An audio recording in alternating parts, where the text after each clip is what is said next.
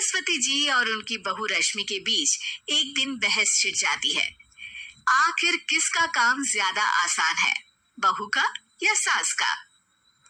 माँ जी, सास को काम ही क्या है, आपके सारे काम उंगलियों पे तो हो जाते हैं। कुछ भी। हाँ, हिसाब तो उंगलियों पे ही हो जाता है ना। अरे बेटा, ऐसा सिर्फ अभी लगता है। जो मुझे करना पड़ता है ना, वो तुझे करना पड़े तो समझ आएगा कि असली काम का पहाड़ कैसा होता है। ठेले बराबर वजन भी नहीं है आपके काम में, और बात पहाड़ों के वजन की कर रही हैं आप। तू ऐसा करती ही क्या है घर में बेटा, ये तो बता मुझे। मैं थोड़ी ना कुछ करती हूँ, सब जादू से हो रहा है इस घर में। अरे एक दिन मेरा काम करोगी तो समझ आएगा। Okay okay, shut up. कल से मैं घर के काम करूंगी और तू मेरी जगह हर चीज का हिसाब रखना, ठीक है? ठीक है, ये भी कर लेते हैं। ये सास बहू की डील के बारे में रश्मि के पति अमन को नहीं पता था, और ना ही अमन के पिताजी सुरेश जी को। पर गेहूं के साथ साथ जैसे घुन भी पिस जाता है, ये दोनों भी पीसने वाले थे। सुबह अमन उठकर रेडी होता है ऑफिस जाने के लिए, तो पता है उसके कपड़े नहीं निकले हुए हैं। अरे रश्मि, तुमने मेरे कपड़े नहीं निकाले?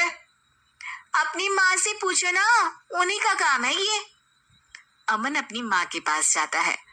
अब मेरे कपड़े आज आप देने वाले हो क्या माँ? हाँ, देना तो मुझे ही चाहिए, पर तेरी बहू ने कपड़े धोने ही नहीं डाले, तो कोई भी धुला हुआ कपड़ा नहीं है बेटा। हैं? ऐसा क्यों? कपड़े तो धोने आप ही देते हो ना माँ? अरे बहू ने तुझे बताया नहीं, अब हम अदल बदल गए हैं। मैं अब बहू और तेरी बीवी सास। अमन परेशान हो गया।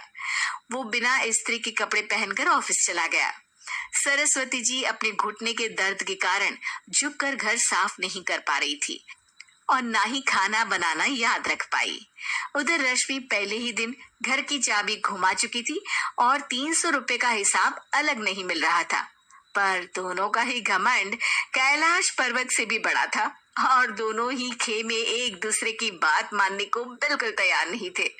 शाम को जब सुरेश जी और अमन खाना खाने बैठते हैं, तो सरस्वती जी उनके सामने गाजर और पपीते लाकर रख देती हैं। अरे माँ, ये क्या है? ख्याली पुलाव के साथ सलाद।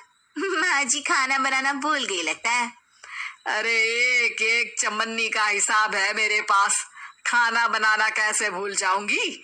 ये तो मैंने पढ़ा था कि फल फ्रूट खाने से सेहत अच्छी रहती है, इसीलिए ये ले, एक फल खा ले।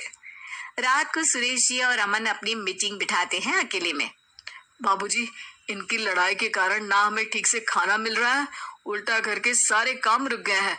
हाँ बेटा, 2 भैंसों की लड़ाई में बेचारे खेत के पौधों का भी नुकसान हो रहा है। पर पापा, क्या बताऊं आपको, मैंने माँ को इस महीने की दूसरी तारीख को बिजली के बिल के पैसे दिए थे। आज बिल भरने के लिए मांगने गया तो पता चला कि रश्मि उन पैसों से गैस सिलेंडर ले आई। अच्छा, तो सिलेंडर के पैसों का क्या हुआ? सिलेंडर के तो कोई पैसे नहीं थे बाबूजी, हमारे घर पर गैस की पाइपलाइन लगी है ना। बेटा, इन दोनों का कुछ करना पड़ेगा, नहीं तो अपने घमंड के चक्कर में पूरा घर बर्बाद कर डालेंगे ये दोनों।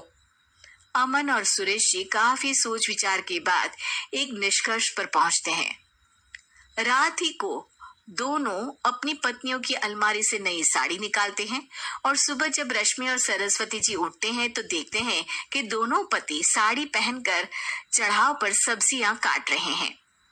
अरे ये सब क्या हो रहा है? क्या हो रहा है मतलब? आप दोनों अदल बदल हो सकते हो तो हम क्यों नहीं? अरे क्या मतलब? नहीं नहीं, मेरी भी बचपन से किसी की बहू बनने की इच्छा थी, तो आज से सरस्वती तुम बड़ी बहू, मैं मिडल बहू और अमन छोटी बहू। अरे लेकिन सब घर पर बैठ जाएंगे तो कमाएगा कौन? ये घर कैसे चलेगा? अब वो तो भैया या बाकी लोग जाने, अब हमने भी अदल बदल कर ही लिया है तो कुछ नहीं हो सकता। रश्मि और सरस्वती जी को समझ में आ जाता है कि उन दोनों की आपस की डील की वजह से इन दोनों को बहुत तकलीफ हो रही है और उनके ईगो ने दूसरों को कितनी यातनाएं दी है। अब असल में माँ जी आप सही थी, सास बनना बहुत मुश्किल है। अरे हाँ बेटा, और तू भी, मुझसे तो नहीं हो पाया सब घर के काम, वापस बदल ले क्या?